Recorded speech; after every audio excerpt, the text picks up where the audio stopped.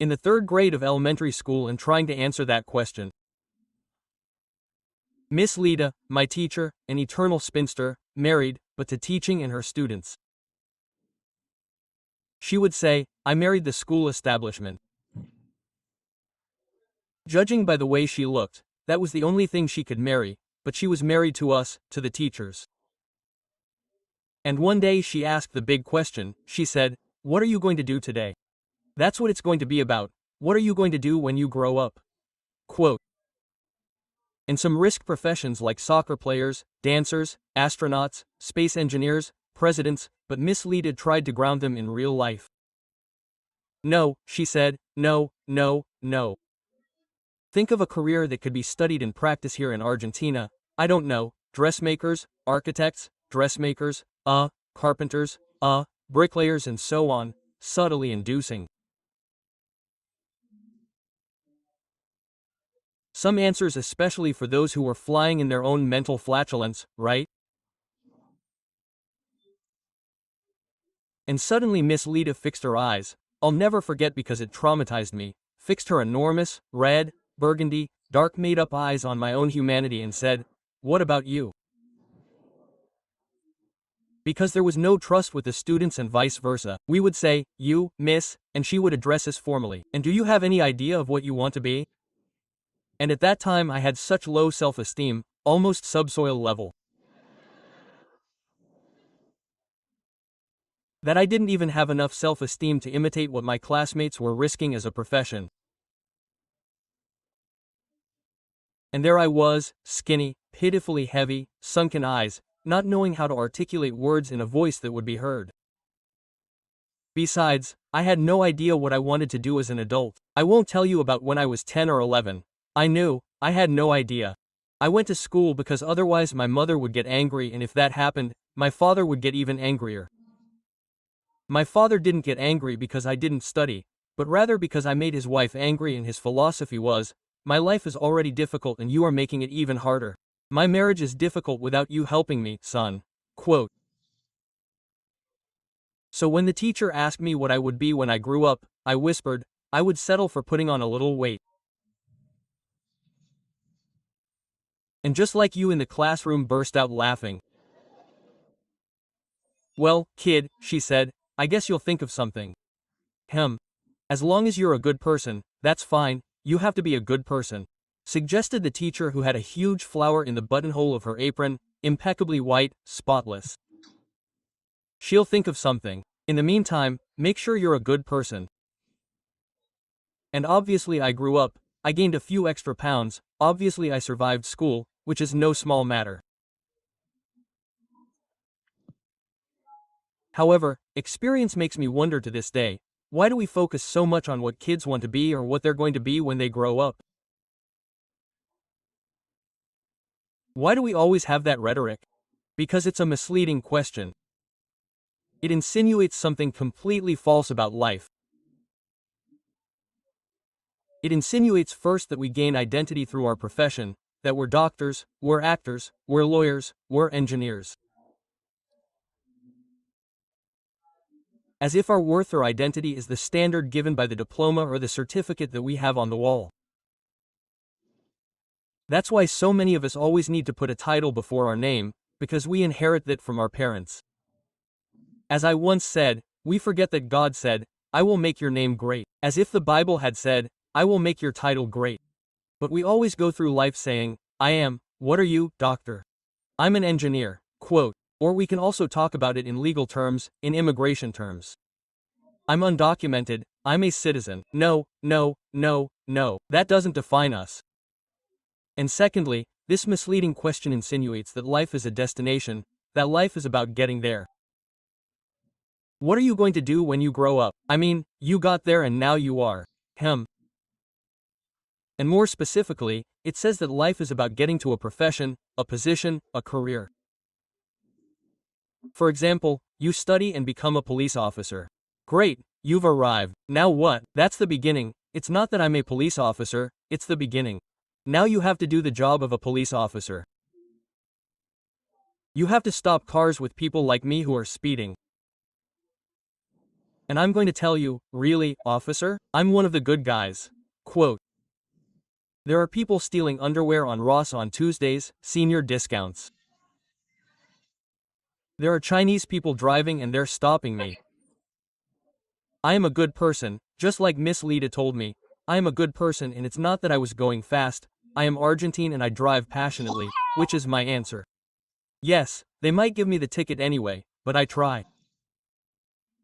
Anyway, let's not get off the point. For some people, the goal is not to achieve a career, but rather to get married.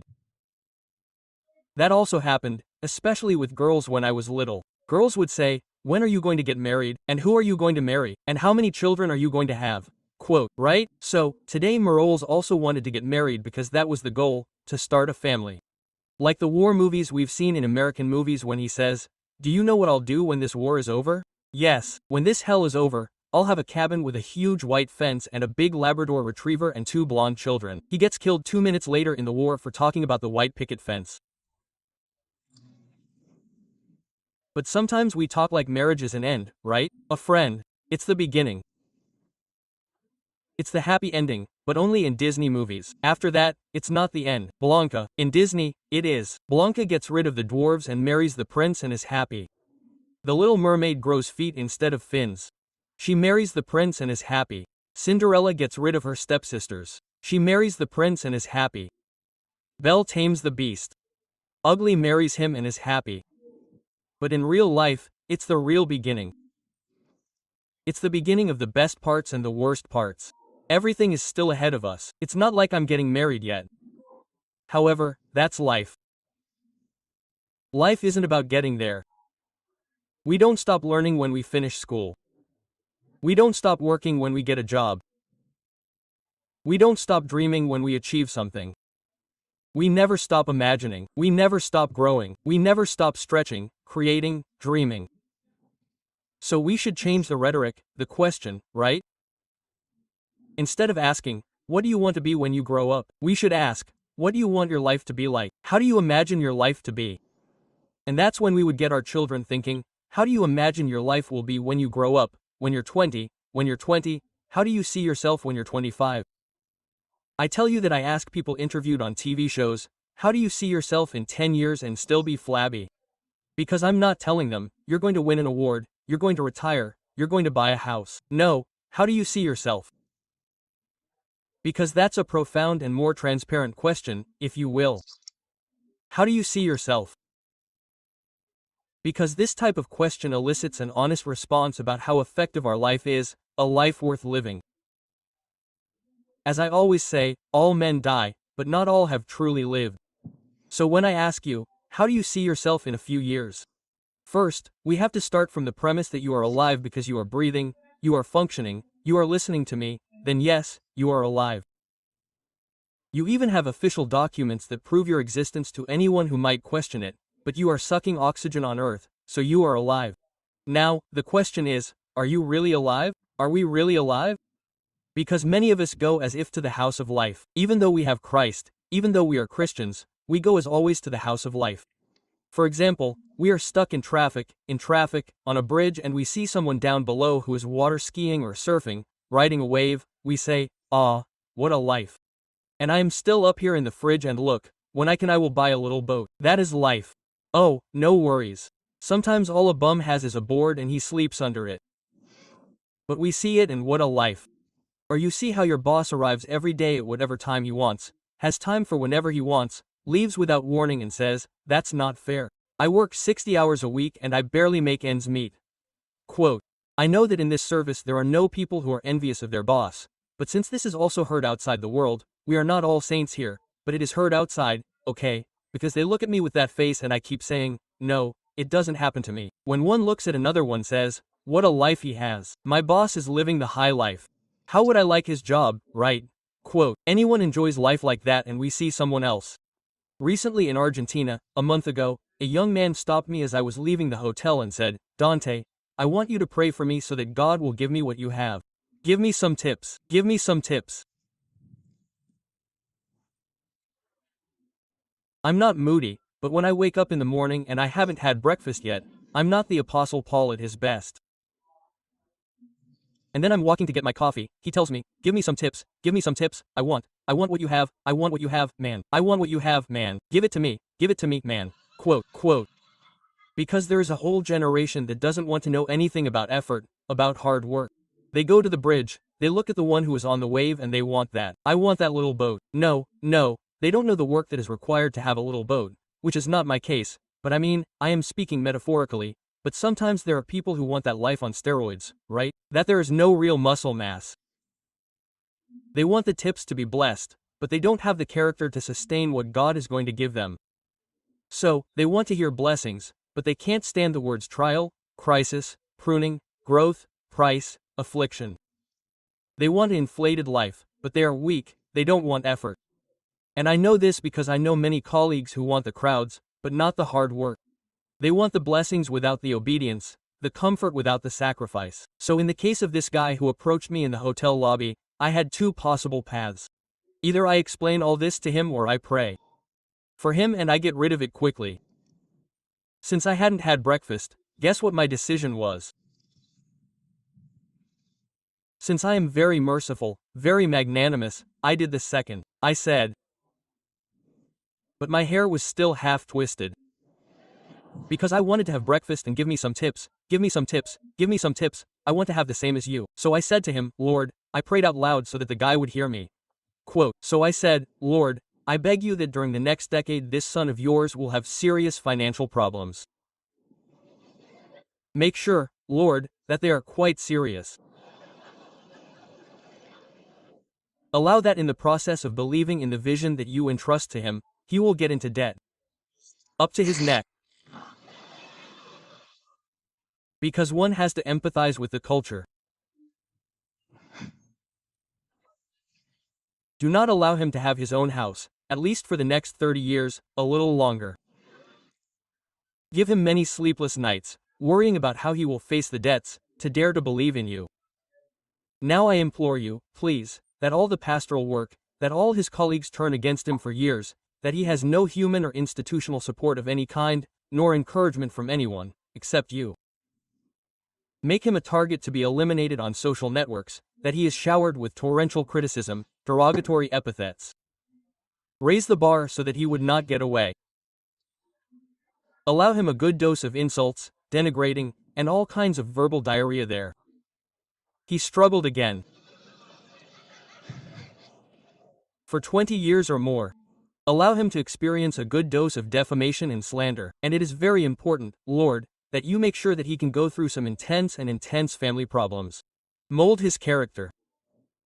Allow him a good dose of family to overcome crises, storms so private that he cannot tell them even to anyone out of shame. And finally, I ask that in the next 30 years he learns to be alone, very alone. With no one to call. Give him a good dose of treachery, of endless deserts, a couple of unfair lawsuits so that he gets to know those idiots who are strategically distributed in life, so that you meet 2 or 3 a year and they stick to you.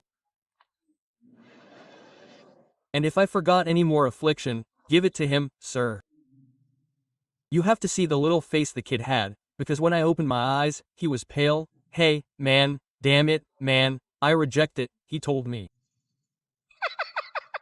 Hey, man, and you're carrying that, damn it. And I looked at him tenderly and said, dude, what's wrong with me is that you ask me to pray to have what God gave me. Unfortunately, I don't know any other way to get it. If you want to have what I have, you're going to have to live what I lived. Otherwise, you only create my promised land, but you don't create the desert. There's no other way, dude. I don't know if he got it, but he never asks anyone for a tip again.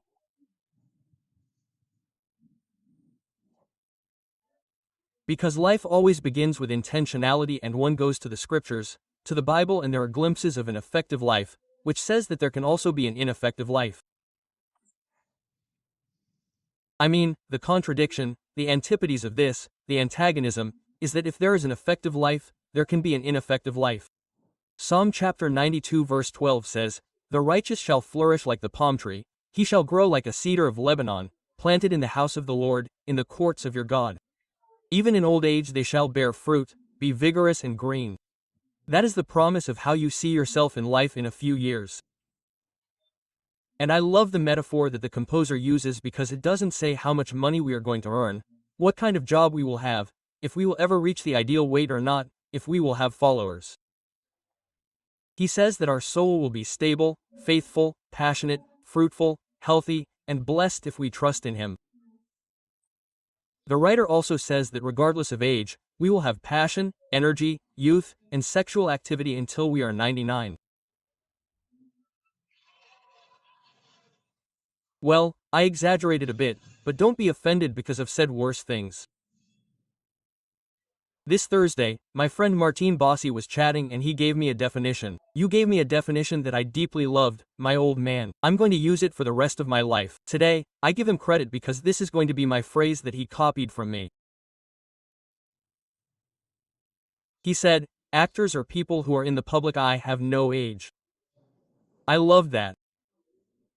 We have no age because sometimes, since people know us by name, by seeing us in public, they don't necessarily know us by age. For example, I went to River Arena and there was this 54-year-old man preaching. They don't say that. Well, I hope they don't say it.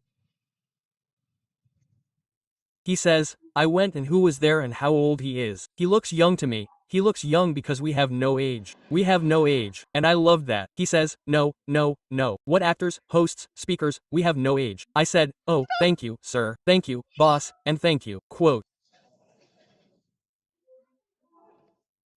And the truth is that I don't know what my bank balance will be like in a few years, if I'll always have hair like a puma, if I'll keep my waist, but I want to have a full soul, I want to have an effective life, I want to have a fruitful life. Jesus returned to heaven at 33, but his years were effective. I don't know how many years I have left on the planet, but I want them to be the best years of my life. I would rather live an effective life at 33 or 60 than an ineffective one at 100. Because an effective life cannot be quantified by how long we live, by how many people follow me on social media, or by how many digits I have in my bank balance. In fact, regarding the latter, someone said, if you die and have money left in the bank, you did your math wrong. If you die and have money left over, you did your math wrong. And you're saying, but children, you have to give them enough so that they do something in life, but not so much that they do nothing. I'm going to say it again so that you can tweet it. You have to give them enough so that they do something in life, but not so much that they do nothing, that they become parasites. So I'm going to make sure that I spend it all.